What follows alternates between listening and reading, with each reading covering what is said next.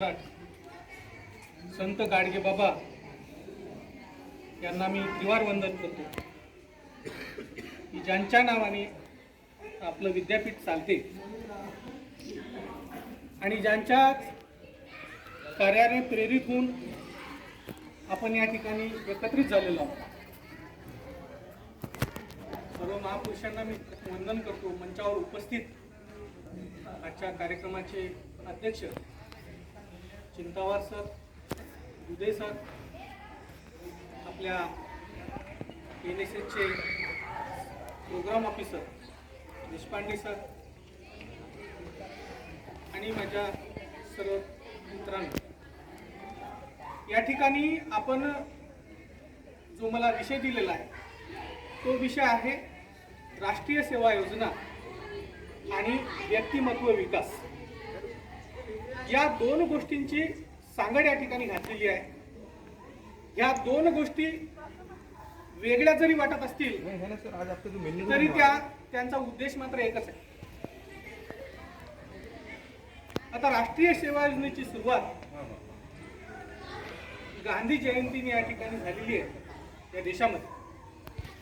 म्हणजे देश स्वतंत्र झाल्यानंतर 50 वर्ष आधी या ठिकाणी मोठ्या उदात्त हेतूने की या ठिकाणी राष्ट्राच्या कामामध्ये विद्यार्थ्यांना आपण सामावून घेतलं पाहिजे, हा तो उद्देश होता. आणि आपण NSS मध्ये ज्या काही वर्षभर ऍक्टिव्हिटीज राबवतो त्याच्या व्यतिरिक्त हा 7 दिवसाचा जो जे शिबिर असते, या शिबिरामध्ये सुद्धा वेगवेगळ्या पातळीवर आपण काम करतो. म्हणजे ज्याला म्हणून काही शैक्षणिक काम असेल, काही गावकऱ्यांच्या मनोरंजनाचं असेल, मनोरंजनाच्या माध्यमातून काही ज्ञान वाटपाचं कार्यक्रम असेल, तर असे काम या ठिकाणी होत असतात. तर आपण या ठिकाणी सुरुवातीला NSS बद्दल थोडंसं समजून घेऊया आणि नंतर आपल्या मुख्य विषयाकडे येऊ.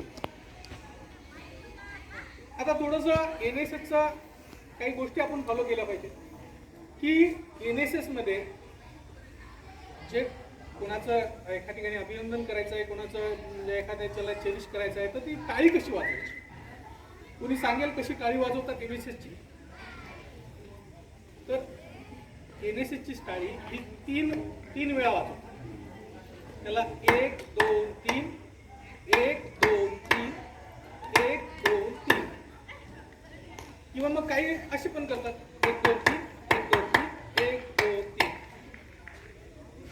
आता ही थोडीशी सोप्या पद्धतीने वाटते म्हणून आपण हीच पहिले ट्राय करूया की थोडंसं NSSची टाळी कशी वाजवायची.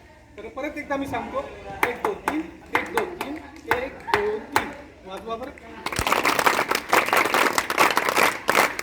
1 2 3 1 2 3 1 2 3. अशा पद्धतीनं पुढं लक्षात ठेवायचं की आपल्याला एक NSSचे विद्यार्थी म्हणून आपण लक्षात आलो पाहिजे, कोणाला ओळखू आलं पाहिजे की NSSची टाळी वाजून आपलं अस्तित्व आपण दाखवू शकतो. तर या ठिकाणी आपण जी आपली दिनचर्या आहे, दिनचर्या आणि व्यक्तिमत्व, आपली दिनचर्याच आपलं व्यक्तिमत्व घडवत असते. तर ती कशी घडवत असते, तर काही छोटे छोटे बदल जे शक्य आहे, सर्वांना शक्य आहे, ते छोटे छोटे बदल जर आपल्या जीवनामध्ये केले तर नक्कीच आपलं चांगलं व्यक्तिमत्व तयार होण्यासाठी या ठिकाणी मदत होते. तर याच्यामधला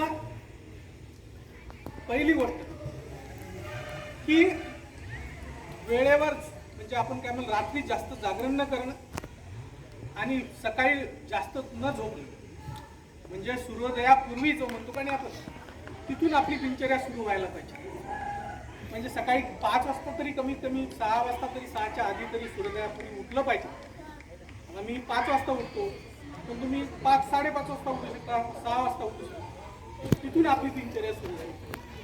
मग काय केलं पाहिजे, तर थोडंसं त्या ठिकाणी आपण एक्झरसाइज केली पाहिजे. एक्झरसाइजमुळे काय होते, आपले स्नायू बळकट होतात.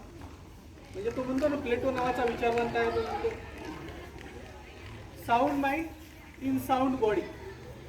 म्हणजे स्वस्थ शरीर में स्वस्थ आत्मा निवास करते. म्हणजे आरोग्याला फार महत्व आहे आणि तुम्ही औषधी शास्त्राचेच विद्यार्थी असल्यामुळे तुम्हाला अत्यंत